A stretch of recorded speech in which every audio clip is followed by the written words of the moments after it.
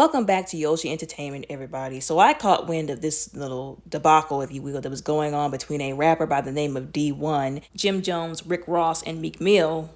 When I heard about this, I had to speak on it. I had to say something because I believe, I've said this before on the channel, that that's what we should do. If we have a platform, we should speak out about the things that are going wrong in our community. We should speak out about things that need to be spoken out about. So if you don't know what's going on between these three individuals, basically there's a rapper by the name of Dee-1 who called out people like Rick Ross and Meek Mill, rappers, because he was saying that y'all are up here talking about, and this is like, Meek Mill specifically, because didn't he say he wanted to be the face of prison reform? But you're out here making these songs, you're a rapper, you're doing all this stuff like gangster rap, drill rap, all that stuff. It's all in the same category. It's all garbage that is detrimental to our society, to our community, to our young people. They're listening to this music, they're internalizing it, they're acting it out. You're saying you're the face of prison reform, but you're making the same kind of music that's putting young men that look like you into prison. That's butt backwards. We ought not do that. Same thing goes for Jim Jones and Rick Ross. He was saying, y'all are out here, every time some rapper gets shot, unfortunately, boo-hooing, talking about, oh, so-and-so, putting him on a shirt, but y'all are back right at it again, making the same kind of music that got him shot to begin with. Of course, we got to hold other people accountable for what they do, but you would be crazy to not think that this rap music has some kind of contribution. It has a lot of contribution, actually, to what be happening to these rappers and some of these young men out here on the streets. He was actually quite nice and very godly, as a matter of fact, with how he tried to confront these other men about the music that they put out. He even gave his own, very heartfelt, I might add, testimony, if you will, like his own instance where he had a friend who got shot because of this kind of stuff, and then he went right back to listen to the same music that helped influence the culture that got us to this point. And he said, at some point, I realized I had to stop this. I had to stop the cycle. I wasn't going to keep listening to, internalizing, and making this kind of stuff, contributing to the same reasons why, once again, so-and-so, Lil John, Lil so-and-so, whoever is getting put on a shirt, buried before he's supposed to because of this raggedy music. And he gave it the right title too. He called that music poison because that's exactly what it is. And the amount of backlash that this young man got for calling him out, for taking a stand, for having a backbone, to be honest, because there's a lot of people who don't these days. Like, they don't make a lot of people like Dee-1 these days. People who will stand up to these people and call them out. And I'm not putting up with any, oh, well, they fed the community. They spent $20K on turkey legs for the community for one day. Are you kidding me? You fed the community for one day, but you're still putting out garbage that destroys the community, the mindset of the community. I don't remember if I first talked about this on the channel or the podcast, but somewhere along the way I said that I hated rap music, and I stand by what I said, because these rappers are out here, they're selling y'all a certain lifestyle. They're telling y'all to go out and do stuff, recreational, you-know-whats, to shoot up people, talking about shooting up the ops, screwing women, all this other kind of, like I said, detrimental and derogatory stuff. They're making money off of this, living high off the hog, so to speak. They're in a completely different tax bracket than the average Jane and Joe who is buying their music, while the average Jane and Joe and their grandsons, their nephews, their sons, their brothers, their fathers, whoever is listening to their music is being negatively impacted by it, and they don't care. Like, I don't know what makes people think, I guess it's, them trying to identify with these people, but the wake-up call is these rappers do not care about y'all. They don't care about your sons. They don't care about your daughters. Their job is to be paid by the industry to promote garbage, to promote raggedy standards, to promote ratchetness, toxicness, dysfunction to you, to your children, to the youth, to everybody, and for you to buy into it. So like I said, they can stay at the top and continue having fun promoting that garbage while you're at the bottom suffering from having garbage being promoted to you, once again, your children and the youth. Like I mentioned before, the backlash that he got was absolutely disgusting and heinous.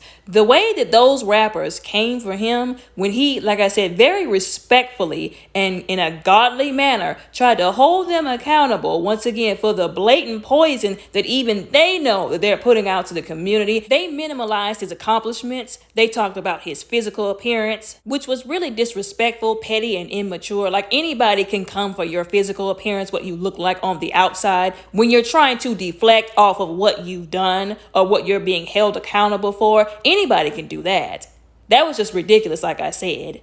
Rick Ross cussed him out. Jim Jones low-key threatened him. It would be a waste of time to even acknowledge the bullcrappery of a response that Meek Mill put out, so I'm not going to even go there. The way that they disrespected him, like I said, to the maximum degree was just heinous and just wrong. But he released a response video, and once again, he was very respectful and very godly about the situation. Like, this was a perfect example, if anybody ever wanted to see one, of a very godly, mature response to individuals who were very ungodly, very immature, very disrespectful, and aggressive, quite frankly, especially with the way that Rick Ross was cussing. Like, now, y'all know how I feel about him. But this was a perfect example of a young man, a young black man who gave a very godly and respectful and mature response, even though he was not being respected himself.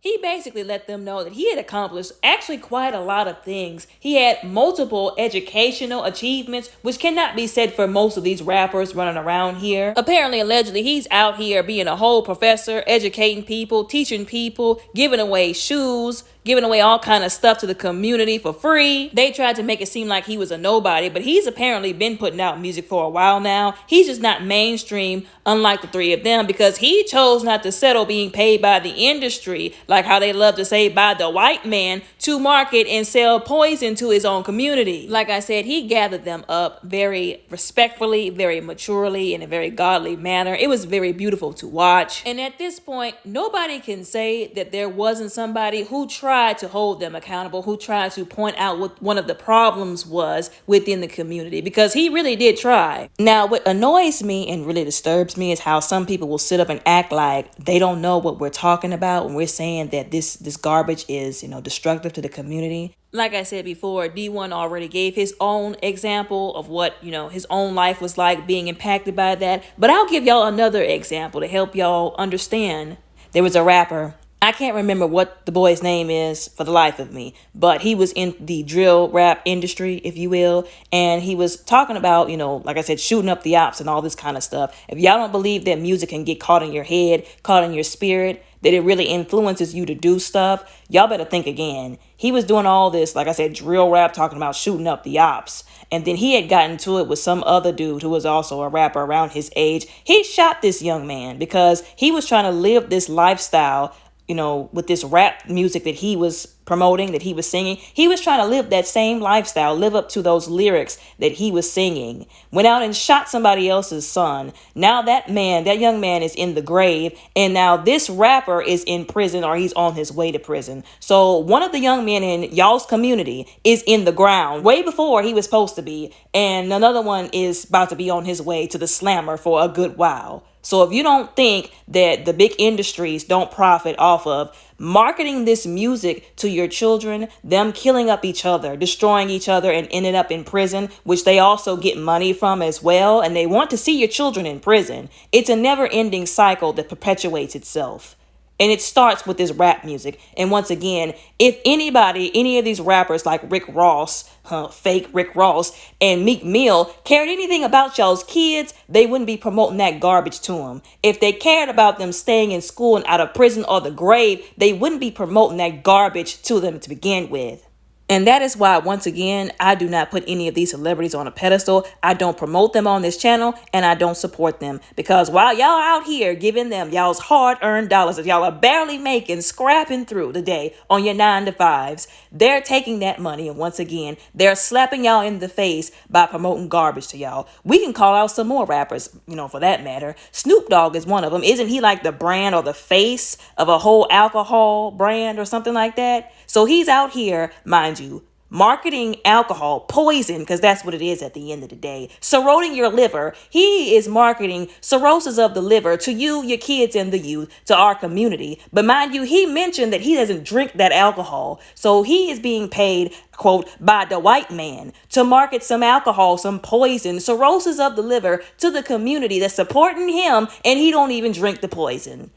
That's about as butt backwards as it goes. Once again, it really pisses me off and grinds my gears when somebody does step up to the plate and try to be humble and respectful with how they approach these situations, and their humbleness and their respectfulness is met with insults and a refusal to take accountability. But I've said this before, that this is how the black community responds in these situations. The black community, the black culture has never really promoted accepting correction, taking accountability the right way, and doing better. They've always promoted doing the wrong thing and not wanting anybody to say anything to them. And the one time somebody does, like I said, have a backbone and tries to say something, tries to point out the problem, what the real issue is and how to fix it and hold people accountable, they get mad. They get in their wounded pride and ego, just like these 3 rappers did, because they know that they're wrong. They know that they need to change it. They know that they need to do better, but they don't want to. They don't want to be told, even by another man, in a very respectful way, that they need to do better. The guy said, I still love y'all respectfully, but y'all need to do better. No, the little ego couldn't take that. So they got mad and they lashed back at him. And they said very disrespectful things in a very disrespectful way towards him, tried to make it seem like he didn't know what he was talking about, that he could go, be quiet and go somewhere, when the only people who needs to be quiet and go somewhere are these raggedy rappers. No, they couldn't take him telling them that they needed to do better.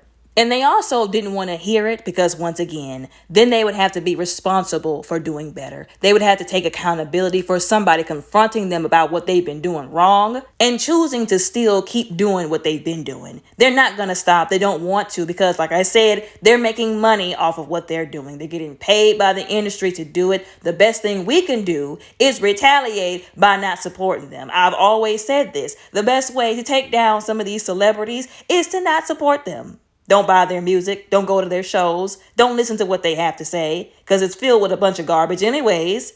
But I support that young man and I commend that young man for using his platform as a rapper and as a young black man in the community to call out these men, like I said, in a very respectful way, because it's one thing to call them out, but, some people, they're not going to listen if you're not, trying your best to be respectful. But this situation has proven what we all already know anyways. Even as respectful as you can be, some people will still not listen and take it in a way that it was never meant, that it shouldn't have been received.